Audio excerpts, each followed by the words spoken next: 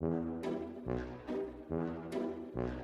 views and opinions expressed in this podcast by the host and or the guest do not necessarily reflect the views of the host and or Paranormal Buzz Radio and or its sponsors. Use of any material produced by Paranormal Buzz Radio without express written consent is prohibited. Paranormal Buzz Radio will not be held responsible for you holding your knees, crying, and rocking in a corner in a puddle of your own urine, or being beheaded by a group of children in a cornfield. In fact, if you come across a group of children in a cornfield, we promise to make fun of you as you run away screaming in terror.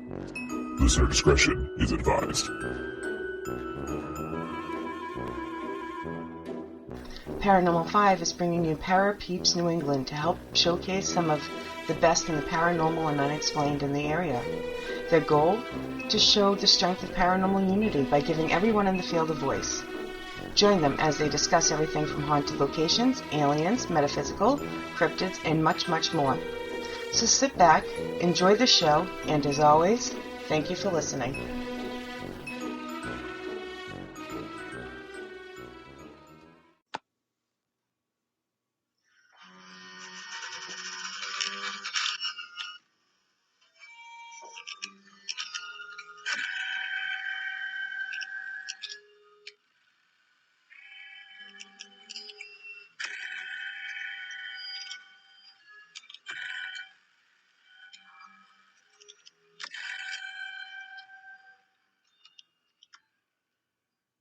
Good evening, everybody, and welcome to episode 4, season 2 of Para Peeps New England. My name is Rich. And I'm Missy. And we are of Paranormal 5, a Maine-based paranormal family.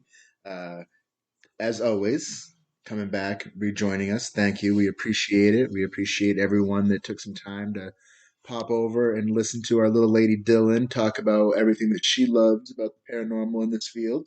Yes. And I also have to say thank you to everybody that came and gave us so much positive feedback about that episode. It just kind of, made us feel like we're definitely doing something right, parenting and also helping raise the paranormal future as well, too. Although so I will thank say you so that, much, guys. Shame on all of you for inflating our daughter's head bigger than it already is. So. She was definitely the coolest kid around, listening to all that, getting all the feedback. So, oh yes. Thank you for that. And so, yeah, some cool, creepy music to start out the episode tonight because it kind of goes along with tonight's theme. And tonight's theme is going to be myself and Missy talking to you guys a little bit about another place that we hold near and dear, which is Salem, Massachusetts. Which is like #1 spot to visit during the month of October. Unless you live in Salem, Massachusetts, and I've heard firsthand it's the last place you want to be in the month of October. Yes. But we do not live there, so we will enjoy going there any time of the year, but especially this time of year because obviously it's the influence down there from the season, from the fall, from Halloween. It just turns what's already a very unique town into just an absolute bustling with life and just everything Halloween and this time of year, and it's awesome. We've had the privilege of going down many times, both this time of year and other times a year, and it never disappoints. So we're going to go ahead and we're going to dive a little bit into the history. We're going to talk about some of the names, most of which you guys have probably heard, some of which you may not have. We're going to talk about some locations down in Salem that we feel you guys should definitely check out. If you haven't already. If you haven't already, of course.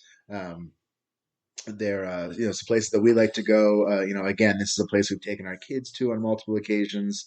They love it down there. Probably for the awesome pizza place that we go to, which we'll get to later as well.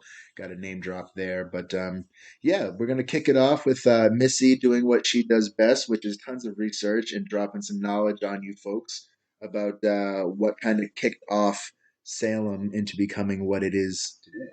Which city? Mm-hmm. All right. So I'm sure a lot of you guys probably learned this back in school, or at least I hope you did. But anyways, I'll help along the way if you guys don't remember.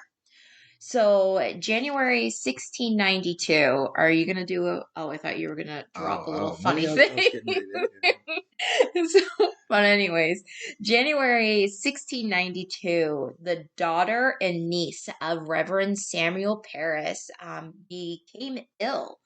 unexpectedly. They called in the town doctor, William Griggs.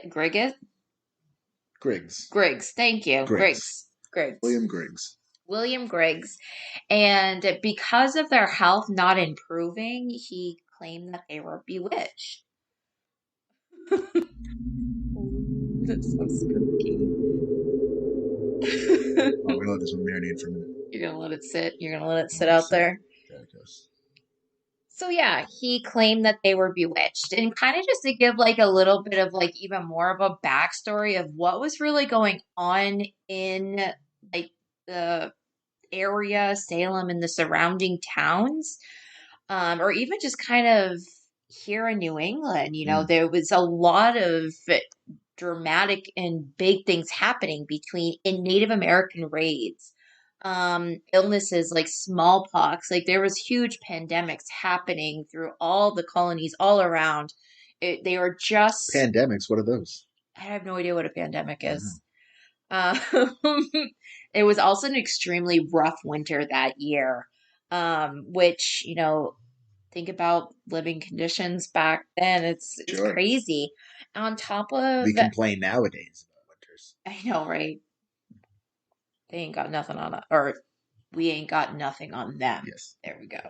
And then also just that area or just here in New England being very deeply rooted in Puritan religion, or being deeply rooted in the Puritan beliefs and deeply religious. So obviously, with all of that kind of going on, they started accusing men, women, and children in March of 1692. The court was established, and it was called Oyer and Terminer. See, Richie's got my back, folks. Oyer and Terminer. Oyer and Terminer. The Salem jail became extremely overpopulated. There was 150 men, women, and children in this jail. One of the youngest children that were accused was Dorothy Good, and she is the daughter of Sarah Good, who was tried and executed for witchcraft. Tried. Use that word very loosely. By today's standards, yes, they were tried, but yeah, they pretty much didn't stand a chance if you were accused. And just another little quick fact, kind of going back about talking about like being in prison and being in jail at that time, is that your family was responsible for paying your way to be in jail. So like when you think about prisons now, that's taxpayers' dollars. Yeah. But back then it was your family that was responsible for you to pay for you to be in their facilities, which is kind of just mind blowing. So it just wasn't obviously Salem that these people were being accused in. There was surrounding towns and areas. So there was obviously Salem, Ipswich, Gloucester, Andover, Methuen, and actually Wells, Maine. And so we have to think about that Maine wasn't a state of its own. It was technically Massachusetts until I think it was 1820 is when we became our own state. I could be wrong, but I'm pretty sure it's 1820 because we just celebrated. I think we just celebrated our 200-year anniversary last summer of becoming an actual Maine state. Away from Massachusetts. You know, right? So the first person to be tried and hung was Bridget Bishop on June 10th, 1692, and she will be the only person that would ever be hung during the Salem witch trials to be hung by herself. And no one else was hung. I wonder if that was a timing of everything, but also potentially like a sign or like was an example. But it is strange that she is the only one that's hung solo. And there's another event that took place solo, obviously, but as far as the hangings go. I honestly think the thing with Bridget was just because she was kind of just looked at as an outcast from the very beginning. Right. She was on her third marriage. She had her two previous husbands had died, and there was speculation even during her trial with them claiming that she had killed her husband Right. So because she was a witch and she had lost children. I think she had lost one or two children as well. And she and her husband, her third husband, had actually been fined and I think maybe even placed in jail for like just a quick temporary or some type of shaming because they were fighting out in public. And that was very big no, like against Puritan ways and everything like that. And also I've also heard legends and stories that she would wear like different colors, like outside of the Puritan norm, is that she was more of like the risque, like she was definitely an outcast from the very beginning. So I feel like because she wasn't even the first one accused as a witch. She was the first one that was tried and hung. I think that they was just like their easiest way to kind of wash their hands. Yeah, I think so. I mean, if you imagine the societal standards at that point in time, and again, you know, here's a woman who, you know, like you said, there was, you know, multiple different husbands, multiple different partners, just being kind of that social outcast. So even take away the idea of witchcraft, you know, it was almost a safe bet for them to start with her because, you know, from that point of view back then, you were getting rid of somebody that didn't belong in your society anyway because she didn't fit the the form of, you know, what was normal then. She was outside that normal, so didn't have that going for her. On top of, you know, On top of, she had land. She had a big piece of property right in Salem, prime, beautiful real estate, apple orchard, and everything. So there was a lot of controversy kind of going back into like talking about, like I mentioned earlier, about like what else was kind of going on in Salem at the time before the accusing started, was that there was a lot of rivalry going on between families in Salem and the surrounding towns. So kind of another interesting kind of thing about once people started getting accused was the slave of Reverend Samuel Paris, Tijabab. She was accused, but she actually confessed that she had worked with the devil, and this actually saved her from doing this. They kind of pushed her aside, kept her in jail. But she claimed that, like I said, she had been working with the devil, and she claimed that she saw other people's names in the community in the devil's book, which kind of just fed more fuel to the fire. You know, what it definitely escalated after that. So, obviously, as we know, that there were 19 people that were accused as witchcraft, and that there was actually 20 that had died. Giles Corey being that. But one thing I also would like to make mention is that there was probably deaths within just the jail while people were waiting a trial and waiting for possible execution. Well, probably not waiting for execution, but definitely waiting for trial just because. Well, again, in the overpopulation, the dealing of the conditions, the pandemics at the time, absolutely, there was, we'll call it undocumented deaths that would have taken place. Yeah. So as a result of the hysteria. Exactly. So Minister Cotton Mathers spoke out about how spectral evidence, and spectral evidence is pretty much evidence that's being brought to the table that is like visions, dreams, and how he thought that this shouldn't be held up in court. And he actually reached out and got help from his father, who was the president of Harvard College at the time, to get in contact with Governor Phillips to stop using spectral evidence in court. And in October of 1692, they put an end to that. And once that kind of slowed down, the hysteria obviously settled down a little bit. And finally, in May of 1693, the governor pardoned and released everybody that was still in jail on charges for witchcraft. And one quote that I thought was kind of interesting that the Mathers said is that it would be better than 10 suspected witches may escape than one innocent person be condemned. So it just kind of I don't know. I kind of like got a little touched when I heard that, and kind of made me just a little sad because it's already been done. Like Right. the Yeah, lives have already been too little, too late. yeah. So we thought that we would kind of just go through and share the names and the dates of the people that were executed, just to kind of there's a lot of names on here that I feel like you always hear. Yeah. You hear their stories, you know their names, but it's kind of nice to think about the other people that aren't so popular, which are just as important. So Definitely, yes. Richie's gonna go first. So on July 19th, 1692, you had Sarah Good, you had Rebecca Nurse, you had Susanna Martin, you had Elizabeth Howe, excuse me, Elizabeth Howe, and you had Sarah Wilds. All right, and then on August. Oh man, I didn't write the date. Oh, how terrible of me. But anyways, so on August, I'm sorry I didn't write the day. I want to say it's the 19th, but I could be wrong. You had Martha Carrier, who was the only woman that was hung that day, and the rest of them were men. It was John Willard, Reverend George Burroughs, and just to kind of well, I'll go back. So Reverend George Burroughs, George Jacob Sr., and John Proctor.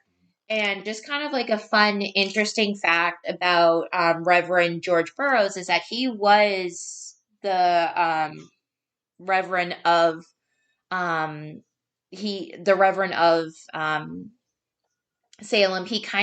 Samuel Parrish kind of took over his position. Okay. Samuel Parrish was still semi new to the area, to this whatever. And so George moved to Wells, Maine. He was the man that was taken from or brought down from Salem. Yeah. Brought down to Salem. But kind of just a fun little legend and lore is that when he was on his way down to Salem to be held up for the stand trial, he took this road called Witch Trot Road, which is in South Berwick, Maine, and they claim that they somehow got turned around and lost on this road, which is now what we call Witch Trot Road. Yeah. So just a fun little. I believe even out on that road at one point there was like the supposed witch's cabin that was out on Witch Trot Road. Yeah. But there's a lot of legends and lores with it, but I just thought it's just a fun little legend to share with you all. By. Yeah. So Richie will go on with the next one. Oh. Yep. So on September 19th, 1692, you had Giles Corey, who was not hung, as most know. He was pressed to death with stone at the Howard Street Cemetery over on Church Street.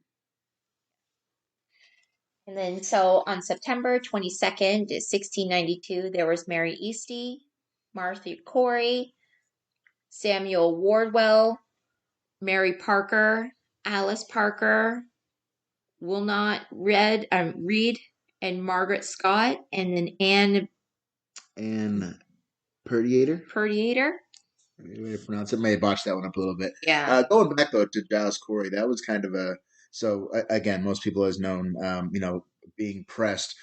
He was laid down with a board placed on top of him, and then they piled stones on top of him. And he was kind of, from what I recall, was in quite the lose-lose situation there because it was either confess, which probably what I'm assuming led to him being hung anyway, or hold your tongue and continue to be pressed, which ultimately is what led to him being executed as well. So either he gives up his name or he refuses to say, no. So either way, and they claim that while he was pressed, he claimed there was claims that like he cursed the town and everybody, or the sheriffs and everything like that. So they claimed that, the sheriffs of Salem for so long, like, had strange types of diseases, blood diseases. I don't know, but who knows? We weren't then back there, but it's something that is it's a really big legend down in Salem, is that Giles Corey cursed Salem while he was getting pressed to death. So, while telling them to add more weight. Yes, which kind of, I have to recommend, there's a documentary series. I think it was called Hidden Secrets. of America. I think that's the name of it, but they kind of dived into the Salem witch trials and exactly where the actual hangings were. And they also kind of dived into a little bit of Giles Corey's story Mm-hmm. about like how long that would have taken of a process of a Ugh. death, like how humiliating because it was like apparently like in kind of a central area where Right. it would be heavily trafficked. And it was just, it that the documentary was very intense and very heartbreaking. So in 1711, the Massachusetts colony um, passed a legislation, excuse me, by giving all the condemned individuals, um, pretty much just cleared their names, and it gave money to the families The that were victims. of the Yeah. victims. So, they're trying to, make it a terrible situation a little bit better, but and then we have in August 5th, 1992, the Salem Witch Trial Memorial was dedicated and open to the public to visit. Now, if you're unfamiliar with the Salem Witch Trial Memorial, it's over by Charter Street Cemetery. It's literally right next to it. And so the kind of like, I don't know if it's like a little bit of like the right word for it is like oxymoron about it, is that we have this beautiful monument that's dedicated to these men and women that were accused and executed. And then next to it is the cemetery that actually has laid to rest the magistrate John Yeah, Hawthorne. right. The people in charge of, Hmm. the people responsible for putting these people to the news. Yep. So he was the he was the interrogator, and also he was a member of the court. There was Bartholomew Jedney, and he was also a member of the court. You have Reverend Nicholas Noyes, who was another minister during the time of the trials. It is actually said to be believed that he has an unmarked grave Right. in the cemetery, which I really don't know. I actually got this off of the Destination Salem website because they Okay. do like a little bit of a history, and I kind of thought that that would be kind of interesting to share. But when he died in 1717, he apparently died by choking on his own blood. Oh, And then, which is even stranger, is that while Sarah Good was standing trial, she told everybody on the court who were serving on the court that God will give you blood to drink, and that is how he died. okay. So I don't know, it's just a little, kind of just a weird little thing. I kind of thought it was interesting, and because there's so many claims that there's curses Right. with Salem, Right. and how he had passed away by choking on his own And blood. you got to think too to bring it to today, as far as like from a paranormal standpoint. So when you go, there's those monuments, and obviously the victims are not buried there. It's just their stones with their names are representative. But I just wonder what that could do to stir up activity, even kind of today in that area with where you have that kind of, I don't want to call it a disrespect, but it's almost like you said, it's just kind of a weird coincidence that the monument is put there right within. You're standing looking at these names, and you pick your head up and you see the graves of the people responsible for the people whose names are on these stones, and it's yeah, that kind of causing some stir and activity for Yeah, sure. yeah, and definitely. And I think that's like another big thing that like we see or hear like questions about when people visit Salem for the first time Mhm. is that they think that they're buried within this area. And if you were accused of witchcraft and you were executed because of that, you weren't buried in a cemetery. You were taken out You were like you take out just the trash. It was nothing no. romantic about it. There was nothing No, not good at about it. all. And um, one thing with the Salem witch trials is that there were a very few family members that went back later that night after their loved ones had been hung, unfortunately, and they took their family members back and buried that. Yeah, See, not everybody was as lucky to have that, sure. and some of them were just buried where they were Shallow left. graves. Yes. Yep. Some people even claimed that they could see like hands and like other body parts like still sticking out like months after this was all said and done and over with, which is just it's really heartbreaking. Like this is like we talk about like we hear about like war and like how tragic and terrible that is, but this was just because of people being different, being outcast, being not poor, them having something that you want and just being able just to it just we could learn something from it, folks. So I figured maybe now that we could talk a little bit about the haunts, maybe talk about some of our experiences while we were down there. Do you want to do the first one? Sure. So we've got the Samuel Pickman House. This is owned by the Peabody Essex Museum. It is definitely one of the oldest homes in Salem. It was moved to the location where it is today on Charter Street, and it said that there is a maid. Our maid was locked in and died in the attic. And it talked. What's that? No, you're good. Okay. And lights and faces in the window as well. Yeah. So that's over by, it's kind of like you have the Samuel Pickman House, you have the Salem Witch Trial Memorial, and then you have the Charter Street Cemetery. They're all like right there, right next to each other. Yeah. And like how Richie said, like how I think it was like on the other side of town, like closer. I'm trying to remember because I remember we did the ghost tour when we last visited for your birthday, when we last visited, and I think they were saying that it was over by like the Walgreens, over by Gallows Hill Park. I think it was on that side of Salem. And luckily, when they did move it, it actually saved the house because there was a strange fire that I think that happened on that side of the house. I remember them talking about, but it's a beautiful house, and oh man. So kind of going back to talking about Gallows Hill is that there's a beautiful park that is called obviously Gallows Hill, and it was believed for the longest time to be the location of the hangings. But recently there's been, well, within probably the last few decades, records showed that a woman named Rebecca Eames claimed that on her way actually to be put into the jail because she was accused as a witch, she was able to see where the gallows were on Boston Street. And now Boston Street is kind of it's where the other Walgreens is that's more closer into town.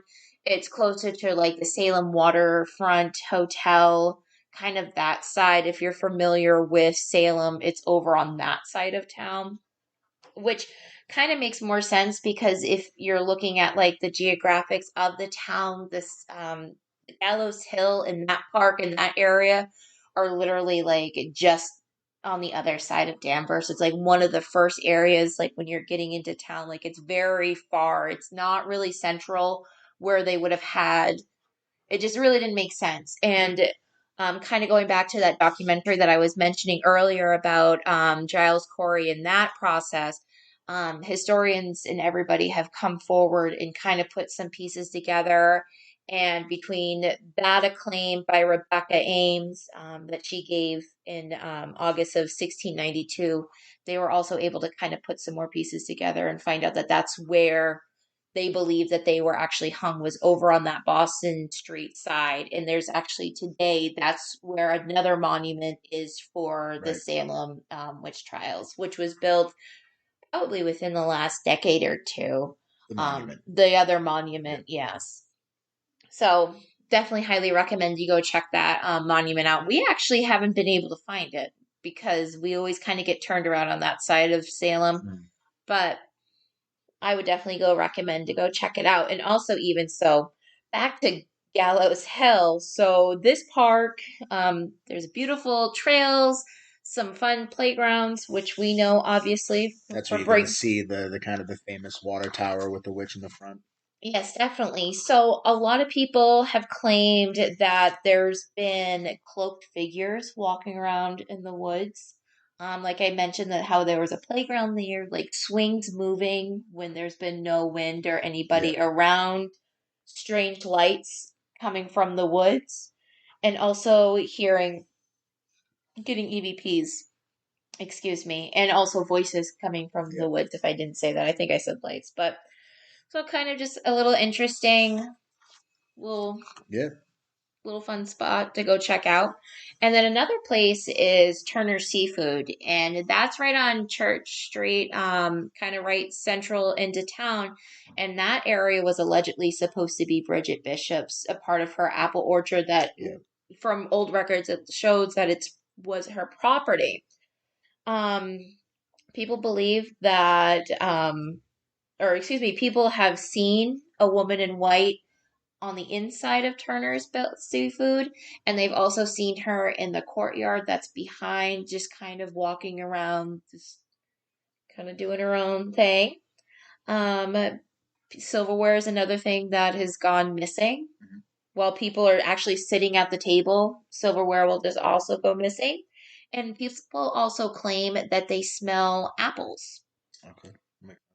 Yeah. Being Bridget's apple orchard. hmm And one of our favorite places to probably go and check out is obviously the Hawthorne Hotel. Yes. So the Hawthorne opened its doors in July of 1925, and this is a six-story hotel, which is just a beautiful architectural. It Like is. inside, it's just, and they try to preserve it so well to like the 1920s. I feel I like know, even like so. down to like your little ashtrays that are like at the base of the elevators. Like Yeah. it's really cool. Yeah, definitely. And actually, funny thing about the elevators is that people claim that there is a woman that haunts the elevator that will just sit and just ride the Oh, elevator. They feel they sense like a woman type presence. Some people have even claimed to have seen her, and she'll just kind of ride the elevator, yeah. just kind of oblivious that you're there with her. So, kind of definitely some type of Uh, residual type. and the last time we were there too, I remember thinking that I was thinking we were going to get because there was under construction. Mhm. And of course, as we all know, anytime that some of these locations are going under the knife, so to speak, it can definitely stir up some activity. So, I think it was, I don't recall. I mean, we were there to stay. We checked out our room and just kind of got the feel for the place. We didn't get to go on an actual investigation. Um, but it was just, I mean, again, it's such a beautiful hotel. Just to be able to go and stay there, even if you're not investigating it, it's well worth it. Yeah, no, definitely. So also within claims that happen within the Hawthorne is that the water will turn on and off in the sinks in the bathroom. Apparently, toilets have flushed Ooh, before too. Um, Doors to closets opening and closing, which kind of have to go back to that, is that our first time visiting the Hawthorne, we were just there as for an event, yep, and we were able to go to the sixth floor and check out a room that one of our friends was staying in. And they had claimed that they had the door to the closet had been opening and closing the yep. entire time that they were there. And actually, when we were there in the room with them, I don't remember which room it was, but it was on the sixth floor. But we heard knocking coming from inside of the closet. It was very, And I remember too. I think you got like a feel for a woman that was in the room with yeah, us too. definitely. It definitely felt like a very strong female Presence. presence when we were there. And so and two of the most haunted rooms, or claimed to be two of the most haunted rooms in the hotel, is 325 and 612. And I have to say that I have stayed in room 325. It was definitely very quiet. We didn't have anything happen, but it almost just the feeling like you were just kind of you're being watched. But I definitely know that activity is just definitely not limited to just those rooms because I've heard claims all over from the Yeah. sixth floor is that it's a very active room. I've also heard people saying claiming that they've seen like almost like a maid coming and like kind of doing like her normal routine. So you And know don't people also claim that they feel that Bridget is there as well? I've heard that Yeah. people believe because they think that that was also part of her land. The I'm hotel really sits not on part of it. sure. I'm really not sure about that, but I know that the building that was there before the Hawthorne was built Yep. was actually burnt to the ground, which is kind of just another weird. Salem's known for to have some really weird fires. Yeah. Like multiple times things have blown up. There have been strange occurrences with fires, and they just Yeah. kind of just thought I should throw that one out there. Um, One thing that kind of strikes me too that's weird about the Hawthorne, and maybe it's part of them keeping it kind of historically correct, is that a lot of hotels with they're newer hotels with multiple floors like that, their windows are safety windows. Unfortunately, kind of a sad thing, but for suicide prevention and whatnot, and those windows are not. Those windows open wide open up on the sixth floor and up in the upper floors. I thought that really. was kind of weird. Yeah, yeah, Huh. And one thing that I do have to kind of point out, and I take it as you are, I know it's just a TV show, but when Taps went, I don't remember what season that they went to Salem. I want to say it was either season either excuse me, 3 or 4 is one of those 2 seasons. But they visited Turner's Seafood hmm and they visited the Hawthorne the Hawthorne. Hotel. And they had a few personal experiences, but nothing, I don't think when it came to like presenting evidence that they really didn't catch much. But I do remember one thing at Turner's is that they got like, when they were like a receipt printed very randomly and it said the morning or something and it wasn't programmed for it. Oh, It was something I along don't those recall that lines, one. but it was an interesting episode, and I was kind of bummed. Like, it's friggin' Salem. Like, you should get some awesome stuff Right. just from like it just being notorious for what it is. But they really didn't walk away with too much. But we've heard otherwise. Yeah. um, Another location that we always love to go and visit, and it's kind of off the beaten path in Salem, which is I feel like it's kind of hard to find those locations that are a little bit off the beaten path. It Um, doesn't follow the red line. yes, it exactly. Yeah. That's what. Yes. So for anyone who doesn't know, if you go down to Salem and you're looking to be super touristy for the day, there is a painted red line that kind of runs through all the hot spots of Salem, and you can hop on it and walk it, and you can get off the path here and there, but it basically takes you around all the spots that you should see while you're down there. So Yeah, definitely. And it's a fun and it's crazy like how things are very like close together. yeah, Like you would just think that they'd be spread apart, but it really all is within walking distance of itself. So, but anyways, back to this other location and it's Howard Street Cemetery. And Howard Street Cemetery is actually close to where the Salem jail was of the time where the accused were being held. yep, Um, this place is allegedly where Giles Corey was pressed to death. I'm not sure if that's ever been like said yay or confirmed. nay, Yeah, but it's supposedly within that vicinity, which would make sense with the jail being as close as right. it is. And one thing that we should also mention about Giles is that his first wife, had passed away years before this had all unfolded. But his wife at the time, she was hung, Yep, executed, and tried and hung, and then he was obviously pressed to death, yep. which is really sad. But there's a legend saying that if you see the ghost of Giles Corey, Salem will burn. And like I mentioned earlier, how there's been a A lot lot of of fire strange incidents. fire incidents within Salem. So is it Giles Corey, making his presence known? Really not sure, but this is usually like the first location because we park over in the Church Street parking lot, right where the old jail Would have been, was. yep. Um, so and this is typically like our first stop to go and also just kind of hang out. There's this beautiful, massive tree that's kind of on the far end, and that's Yep. the kids kind of hang out and climb this It's tree. another one of those places where, like, and we've talked about this with some other locations where, when you're in the cemetery, you're not like secluded by any means. You're kind of still in the middle of everything, but Oh you yeah. feel on an island. You feel like you're in, you walk through into the, what it is, the stone walls, and through the gate, and you just, you just feel very separated from everything else that's going on. It's kind of got that vibe to it where you're in your own place. There's really nothing around you, and then you kind of walk back out and back into the town. But it's just it's cool. It's in the middle of everything, but you feel like you're far away. Yeah. And it's crazy because there's a busy street like right Right, on the other right. side where I was saying where like on the far end is where this big massive tree that the kids climb in, and there's a massive there's a huge road right there. Yeah, But no, I definitely agree. And the houses on that side are just they're very quaint, and they're always they are. awesomely decorated Oh, for for the season. Halloween Yeah. too. Just throwing that out there.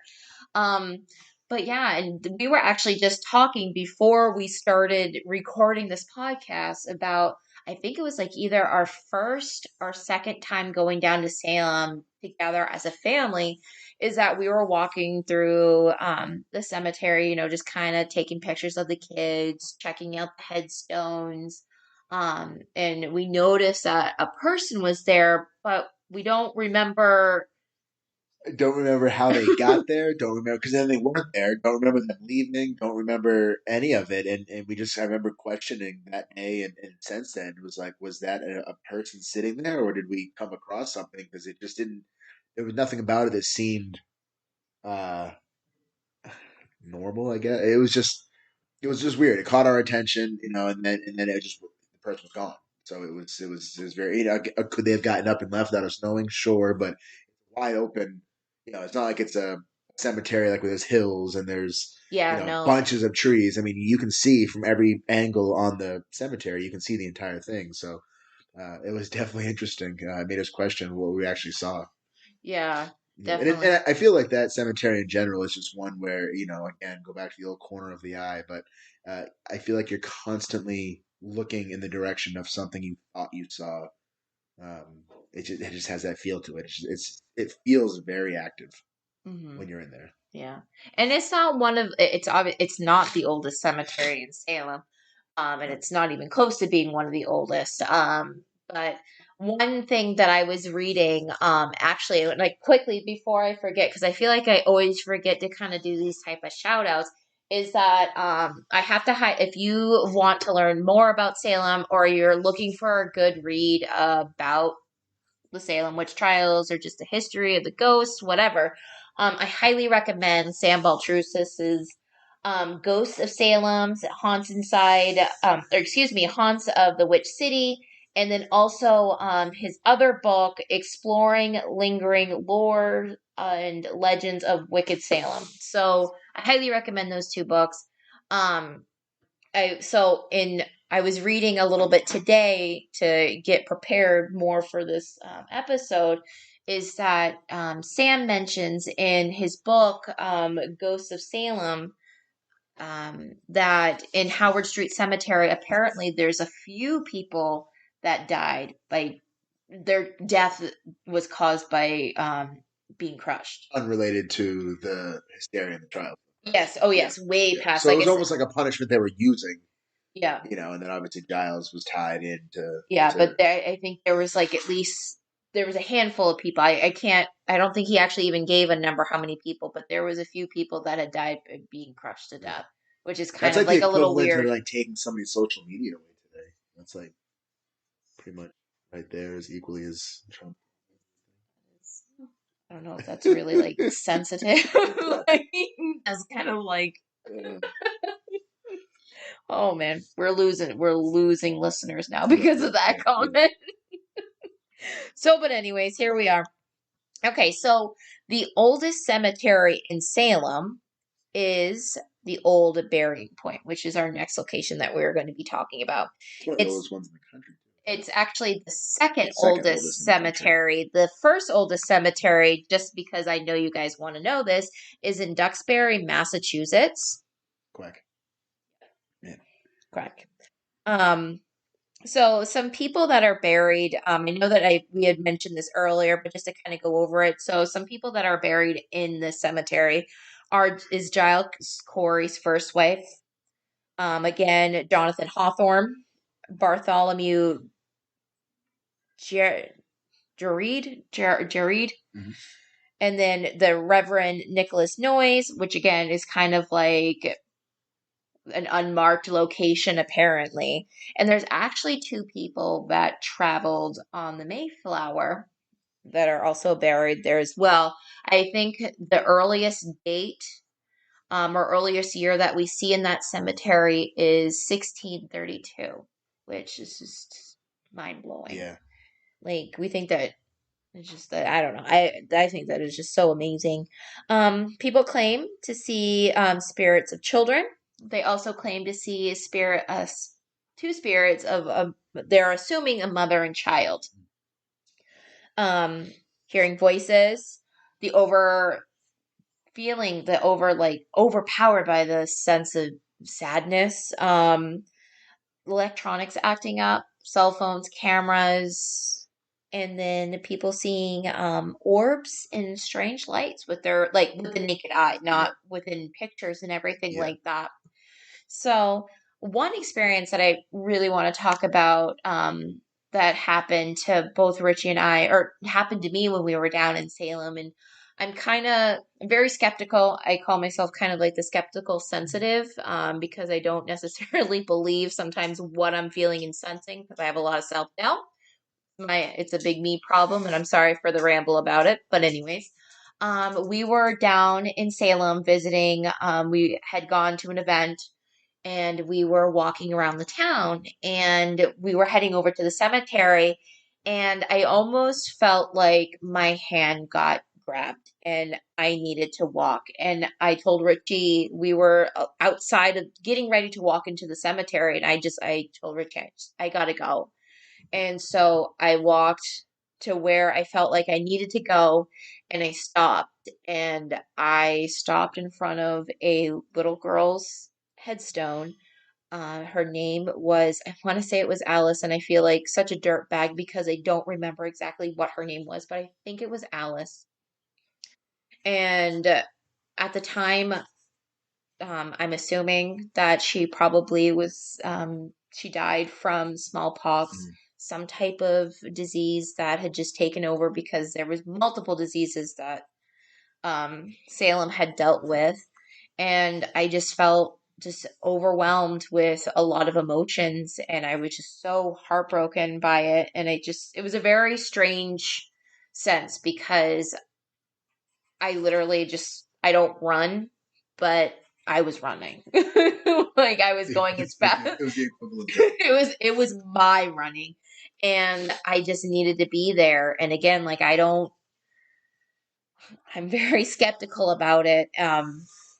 But I don't know. It was just a very big, powerful movement. And just to kind of go to where it just didn't really make sense. But just thought I should share that little tidbit. But and just one other little kind of fun fact about Salem before we probably stop all of this is that Nathaniel Hawthorne, who's very known for this, obviously down in Salem, seven the House of the Seven Gables, the author. He was obviously related to Jonathan Hawthorne, who was one of the judges, a part of the court. Is that he added a W to his name to kind of distance himself from his family. Yeah. So didn't really want to be a part of that. Yeah, and can you blame him? So yeah, I think that might be all. Oh yeah, and we were gonna shout out our favorite pizza place if you are in Salem and you're looking for an amazing place to eat. The Flying Saucer. They have amazing pizza. They have like for all dietary needs. Like they have gluten free, vegan, vegetarian. Cool options, unique options. A ton of different a fun options. setup inside. Yeah. And great kind of like a Hollywood sci-fi and that's not really like our cup of tea. Like we're not sci-fi folks, but it's cool. The people are awesome. They're super nice. The employees are great. Yeah. It's right behind the statue for Bewitched. Yeah, there's which was filmed. In Salem. Yeah. Some other obviously notables filmed in Salem too. While we're talking about it, obviously the Hocus Pocus. Hocus Pocus. most of that film down there, and you can actually see some of the locations that are still in the movie. And I think you can take a tour of Yeah, they have a tour. to kind of bring you around and show you all the locations. So Yeah. just some things to do if you're down there for sure. Yeah. And another great spot that we went to one of our last times down there was a Rockefeller's restaurant right there. It's actually kind of right across the street from the Flying Saucer and the Bewitched statue. Yeah. They're amazing, and they're actually even haunted too. It used to be an old bank, and you can actually eat inside the vault, which is really cool. Yep. We didn't do that because our kids are Debbie Downers and they want to sit at the piano table. Of course. But it's an awesome location that there's like underground tunnels too that kind of goes back to like pirate times because we always just hear Salem and think of just the witch trials, but there's so much more history and sketchy stuff that went down there because they were a port town. Exactly. And you hear about ports of like brothels. Yep. Just a lot of stuff going on for sure. Smuggling. Yep. So, but yeah, so we hope you guys enjoyed our Salem episode. We thought it'd be kind of fun because we love going to Salem in October. And yeah, this is a kind of our Halloween special, I guess, now that I'm kind of thinking about it. It might be, when it comes out. So. Yeah. Awesome. Well, again, thank you guys as always. And again, if you get a chance to get down there, if you haven't been already, or if you have been, we recommend going again, as you probably already know that. But go check it out. Get down to Salem, check it out, pay some respect. If you're going to go this time of the year, just be prepared. It's chaos, but it's fun chaos. It's a good time. So make a day of it, plan it out, and have some fun. Yes. And please come back and join us next time here at Parapeeps New England. Thank you, guys. Bye, guys.